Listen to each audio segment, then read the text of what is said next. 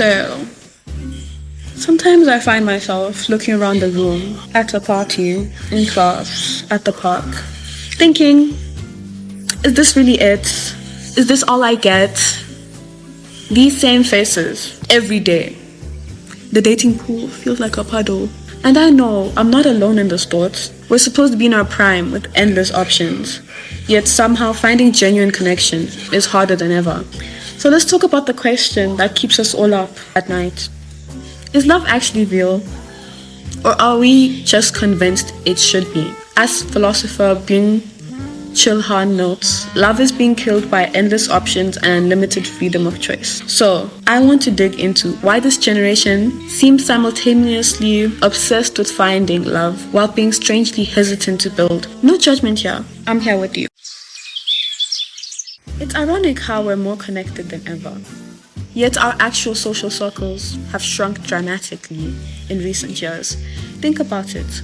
When last did you organically make a friend outside of work and your friend group? The reality is, despite our supposed connectivity online, studies show the average person has fewer friends now than 30 years ago. Our parents met people through community events, mutual friends, or random encounters that led to something more. Sociologist Oldenburg calls these third places spaces beyond home and work where people gather and connect.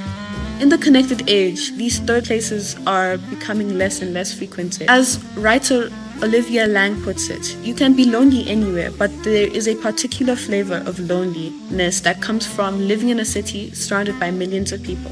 It's not just you.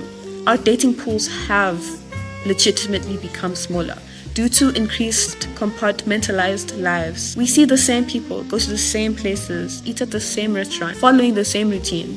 And breaking that pattern feels almost impossible sometimes.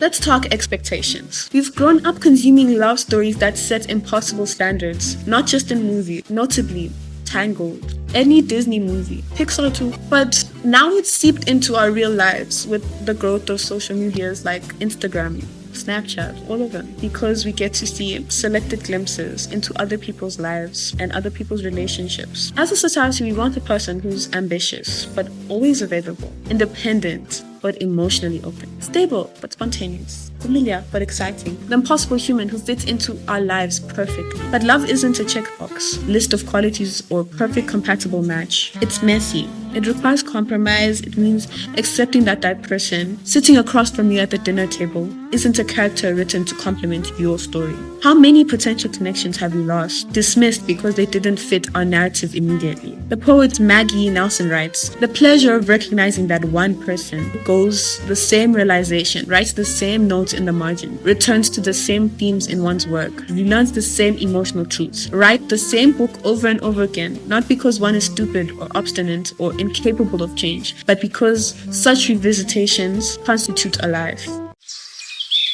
There's something happening beneath the surface of our generation approach to relationships. They're profoundly risk-averse. We've mastered the art of keeping people at arm's length, close enough for company, but not close enough that you're really vulnerable. Casual hookups, situationship culture, carefully maintained ambiguity. Psychologist Brent Brown frames it perfectly. Vulnerability is not winning or losing. It's having the courage to show up and be seen when we have no control over the outcome. Truth: love requires risk. It demands showing parts of yourself you're not sure will be accepted. It means potential rejection, disappointment, loss. And when your social circle is already small, the stakes feel even higher. If it goes wrong, you've not just lost a potential partner, complicated your entire social ecosystem. So we play it safe. We keep things casual, we avoid defining relationships, we build elaborate defense mechanisms disguised as independence.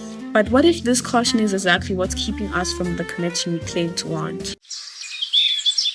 Of course, there's another way to look at it. Maybe we're not failing at love. Maybe we're just redefining it. Perhaps our generation is the first to truly question whether a romantic partnership needs to be at the forefront of our lives. We're prioritizing friendship, personal growth, and career fulfillment. As Bell Hooks suggests, genuine love is rarely an emotional space where needs are met. It is a space where we have the opportunity to satisfy the needs of someone we care about.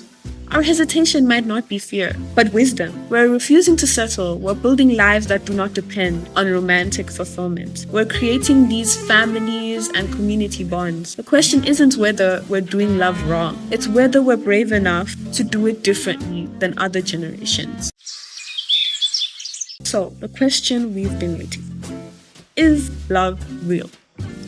Well, personally, I think it is, but not in a destiny or a solution or perfect soulmate type of way. Love is a practice, a choice, a risk worth taking. It exists in the moments of genuine connection that pierce through our carefully constructed barriers. It happens when we choose to stay and work through difficulty rather than moving on to something easier. Philosopher Laing de Botton writes, "Love is a skill, not just an enthusiasm. And like any skill, it requires practice, patience, and willingness to be bad at it for a while before getting better." Maybe the path forward isn't finding more people to date, but approaching the people already in our lives with more openness. Maybe it's creating the communities and connections we feel are missing. Maybe it's taking small risks, one genuine conversation at a time. I don't have all the answers.